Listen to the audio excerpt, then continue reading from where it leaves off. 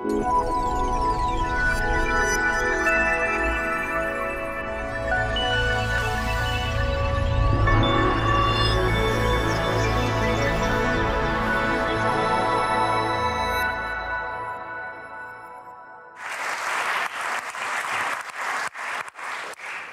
you.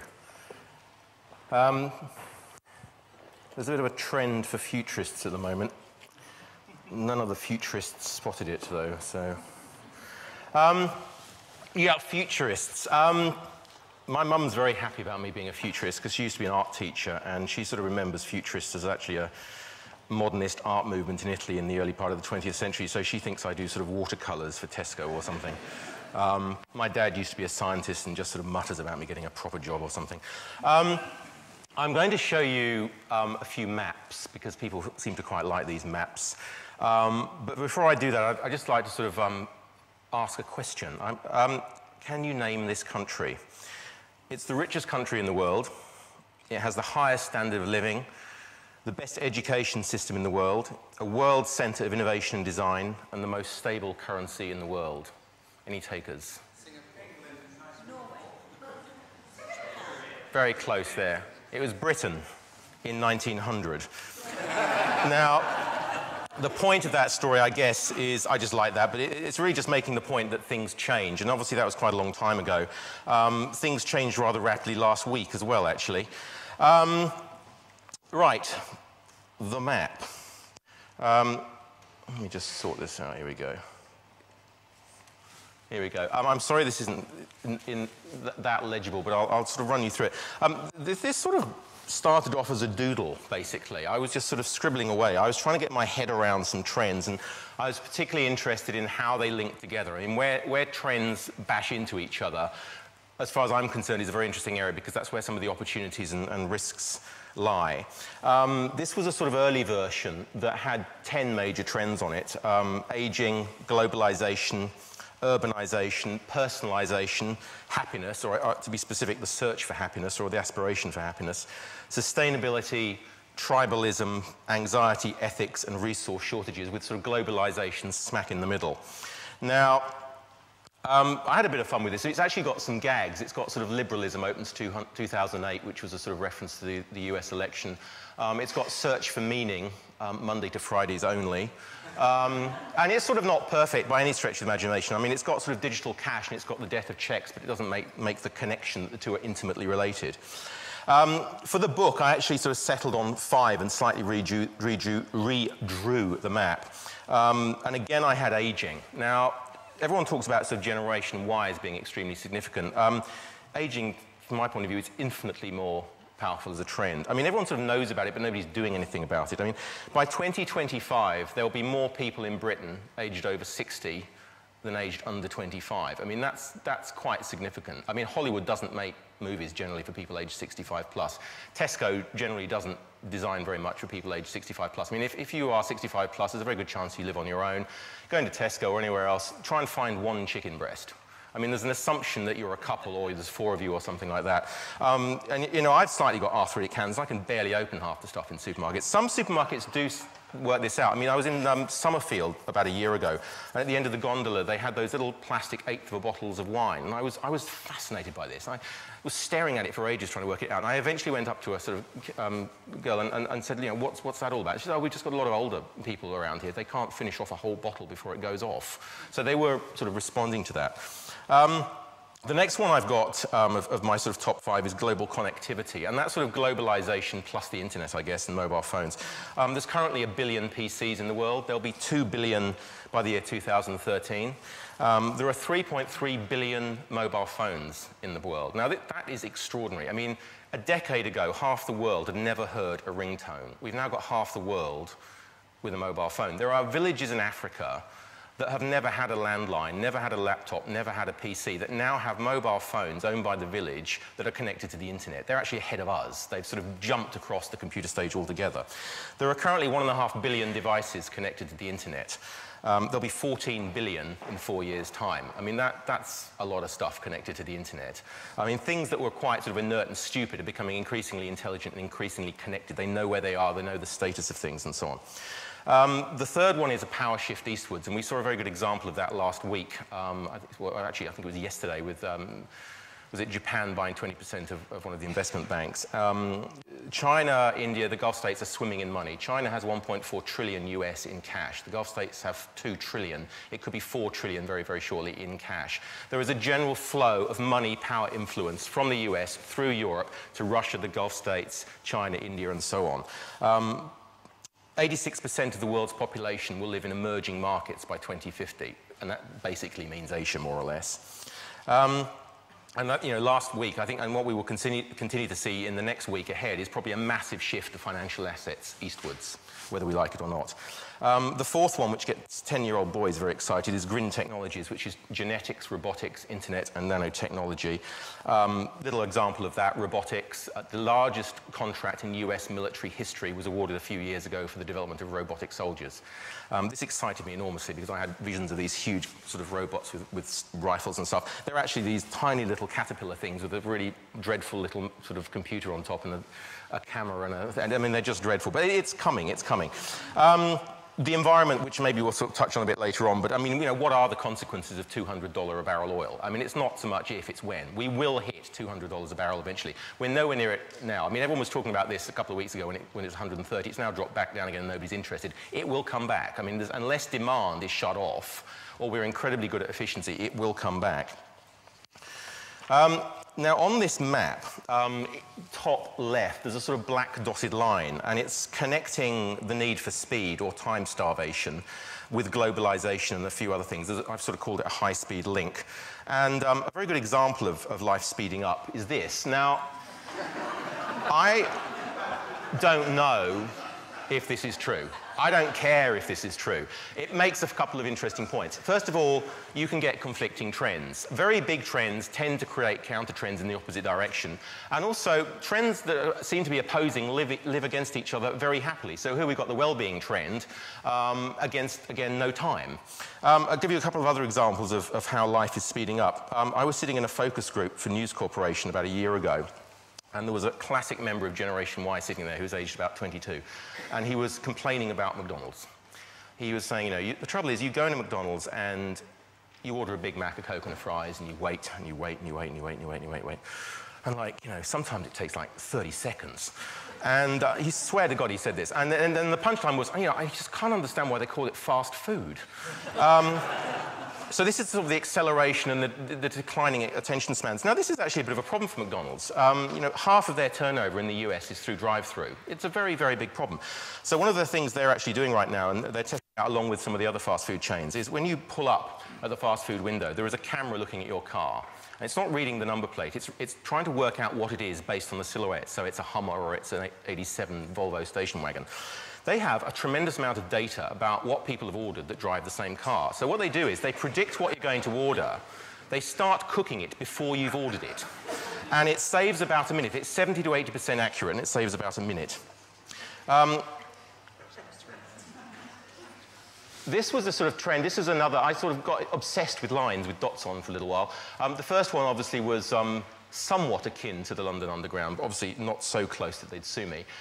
This one, being 2008 and the Beijing Olympics and all things Chinese, power shift eastwards, I thought I'll base a map on the Shanghai subway.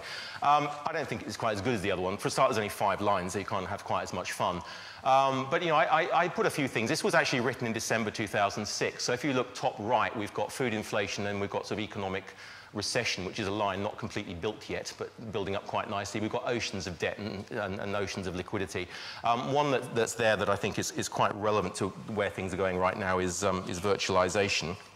Another thing you'll see on there, down sort of towards the bottom left somewhere, is too much information. We have got a real problem at the moment with the production of information. It's now become so easy to create and distribute digital information that everybody's doing it, and it's all over the place. A very good demonstration of this is if you Google too much information on Google, you get 352 million results, which I think sort of makes that point. Now, another map, which is going to be even more difficult to read, but I'll read bits of it for you, is, and this is the one that really appeals to 10-year-old boys for some reason. I did a talk at a school last week, and the 10-year-olds were beside themselves with this one. They got very excited by neuronic whips, which I explained to them are basically a thing that in the future will stimulate the ends of your nerves and cause extreme pain, which 10-year-old boys thought was fantastic. They also liked the invisibility cloak, which I explained to them had actually appeared in New Scientist only the week before. This is from 1900 to 2050, and there's various things that have been invented in the past, some of them not terribly serious. So we've got Mr. Potato Head in there, amongst other things. And then obviously from sort of 2000 onwards, it's idle speculation. And again, some of it's serious, some of it isn't terribly serious. So we've got all sorts of strange things in there. We've got things like spray-on surgical gloves and things like that. Other things like 3D fax machines. I mean, 3D printers are pretty much here already. I've got a tooth in my mouth that was created by a 3D printer. I went to the dentist. They stuck a load of cameras in my mouth. They took a three-dimensional photograph of the tool. They yanked the tooth out and then promptly milled a new one in front of my eyes and stuck it in my mouth. So those are sort of there right now. And in the future, we'll probably have them at home and we can just sort of rattle off a new kettle element if we need one and use SIM card for the phone and so on. And there's all sorts of stuff here. There's sort of synthetic bacteria, virtual reality windows. One thing I put in, which I've since found out has already been invented, is face recognition doors. There's a fantastic quote which is in the book, which is from William Gibson, the science fiction author, which is, "The future's already here, it's just unevenly distributed." And that's very much, I think that absolutely is correct. If you look towards the edges of things, you can find out stuff that will come here in 5 or 10 years' time. In Dubai, there's a hotel. When you check in, they scan your face, and the door will only let you in if it recognizes you. There's obviously a problem with that, because if you've been at the bar and you've had a few and you might not recognize you. Disposable phones are on there, and I have a friend who's a product designer, and he's already sort of touting one of those around. You use it, and when it's sort of used its battery, it's thrown away. Now, obviously, that's not very environmentally sensitive, but some things aren't. What else have we got there? We've got fuel cell phones, we've got global flat tax systems, silent villages, quiet paint, robotic pest control, etc., etc., etc. Now, if you think some of that stuff is a little bit fanciful, come back to the William Gibson quote. On the left, if you go to Japan, you can buy school blazers and rucksacks that have GPS in. And if you're a slightly paranoid parent, you can put these on your 8-year-old. They go to school, and when they pass through the gates, there is, basically sensors in the gates, and they send the parent an SMS saying that the kid has arrived safely at school. Or, at least the blazer has. Where the kid is. On the right is a running shoe with GPS in it. Now, when I first saw this, I didn't get this. I thought, faddish. Why do you need a running shoe with GPS in? And then I suddenly thought, well, actually, that's quite useful. Again, if you're a bit of a paranoid parent and your kids run off, you can Google them. If you've got a parent that's got Alzheimer's and is in care and has a habit of wandering off, this is actually really quite useful. So this is stuff that is out there right now. So imagine what we're going to have in 50 years' time. It's just going to be extraordinary. Now, some of it is going to be horrible and nasty and cause all sorts of problems. Some of it, I think, is going to be extraordinarily useful. Now, I mentioned virtual reality a little bit earlier on. I don't know if we've got any Second Life fans in here. I can't bear Second Life. It's like, get a life, for heaven's sake. It floats some people's boat. It doesn't float mine. It's not as big as people say it is, but it's still quite significant. Now, but the point about Second Life is, this is in its short pants version. This is clunky. In the future, this will be much more immersive. I mean, funnily enough, I did a virtual conference for IBM a couple of months ago, and the great irony is they wanted me to come to the office because they didn't somehow feel that they couldn't control me if they couldn't see me, which was so ironic. Maybe that was just me. I don't know. I don't know. Where this is going, though, I mean, in Japan, you can already buy aroma pods where you can download smells from the internet. There's a Japanese radio station that got together with a phone company and also some artists. And, the broad idea is if you're playing something by Hot Chocolate, you can download the smell of hot chocolate. I don't know, whatever. There is... So in the future, if I get shot in a game, we'll be able to smell the gunpowder kind of thing.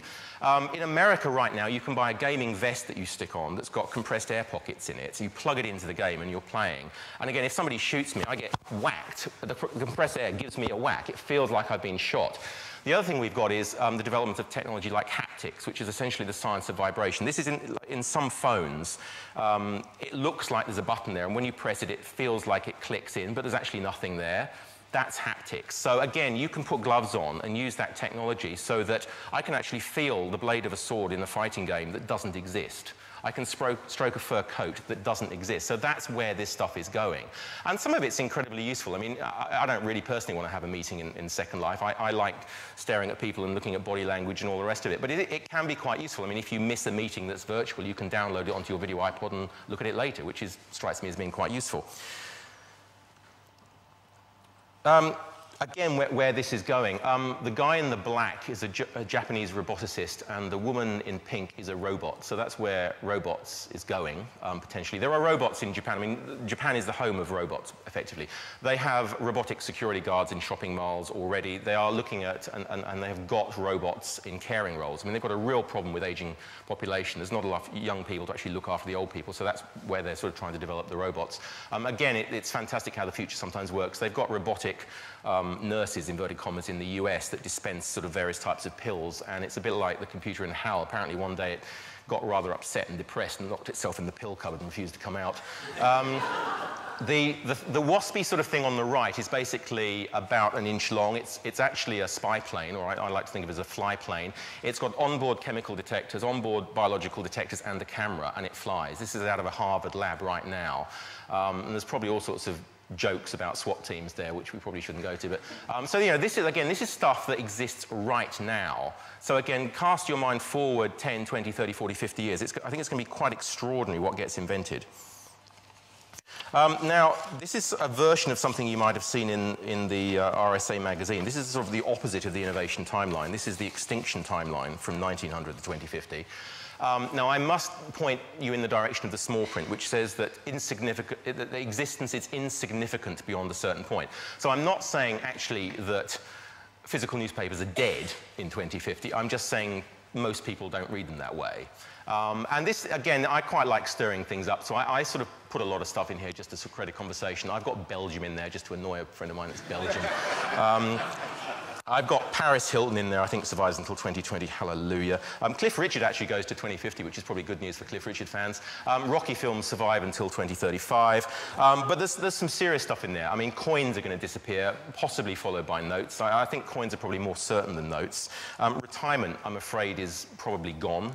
I'm afraid we'll be working, because we're living longer, we have to work longer, probably part-time when we're older, to actually literally pay for the cost of living.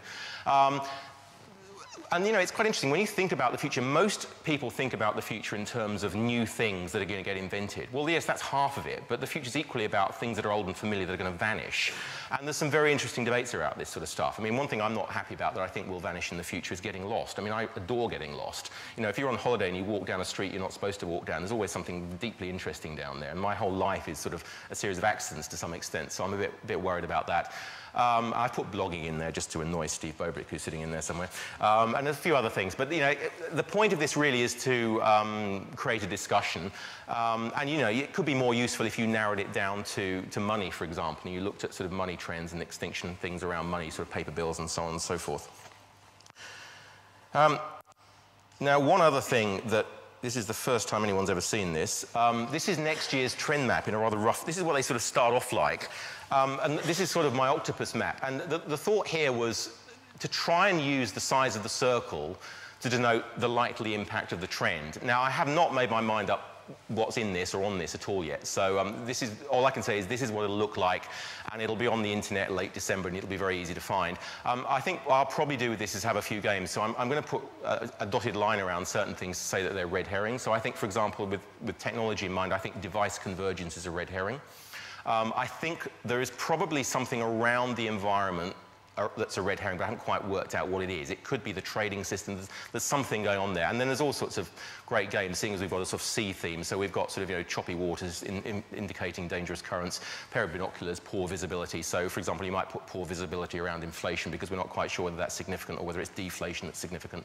And we'll probably have a sort of few global risks up there with basically an icon that looks like Munch and the Scream or something like that. And we've got 8 legs to play with, so we can have a little bit more fun than the Shanghai tube map on that one. Now, just to sort of finish off with, because I want to sort of leave as enough time as possible for questions. I do quite a lot of scenarios.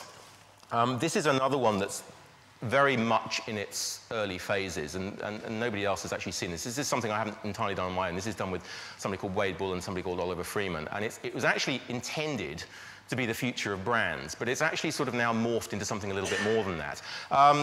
I find scenarios an extremely useful way of actually ordering my thinking about the future. Coming back to the point about there being too much information, this is a way of actually sort of squeezing it down a little bit. And essentially, we've got an axis here. The left to right axis is essentially about optimism versus pessimism in the market. So you could, to some extent, read economy there. And the, sort of the other axis is about whether people get involved or not, sort of social activism versus social passivism. Now, the other thing I quite like about this is it clearly demonstrates there's not one future. There are multiple futures. This could be one house, in fact. This could be 4 people living in a house, and they're all in completely different mindsets about the present, let alone the future. The point about enoughism, which is the top left, is this is sort of status anxiety meets a book called Enough by John Nash, and it's the feeling really that I think is out there right now, which is things have gotten a bit out of balance and they need to be rebalanced. It's about regaining control. It's about turning the BlackBerry off and not letting your boss dominate your life. To some extent, it's about switching things off. The environment is an extremely important factor in there, but it's not entirely driven by that. I think it's a bigger thing about life getting a little bit out of control and wanting to sort of bring it back a bit. It's a bit Earth Hour, it's a bit Al Gore, but there's a bit more to it than that. Smart Planet is sort of Wired magazine. It's a sort of belief in science, human ingenuity, free markets. I mean, I'm sort of in both of those worlds to some extent. I'm probably slightly more Smart Planet than Enoughism, but I sort of, in fact, these should actually be overlapping circles, really, because I think they sort of bump into each other quite a lot. So this is your sort of Toyota Prius would very definitely be sitting in Smart Planet. Moreism is sort of bling in emerging markets to some extent. This is sort of materialism gone slightly mad. It's quite hedonistic. If you thought of a magazine, it's probably that magazine I'm not very fond of in the FT called How to Spend It. At least they're blunt. And then bottom left is a sort of fairly nasty place, actually. Personal Fortress is basically people being quite scared.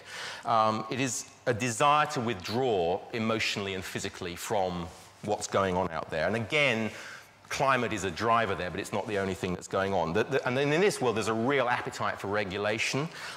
It's quite protectionist, and we're already seeing that. The rise in economic protectionism that's happening now is quite extraordinary. And it's probably quite parochial and quite local. So this is I think, a sort of a nice way to end in terms of actually drawing all this stuff together. And I think we'll now come and sit down. Thank you. Thank you very much.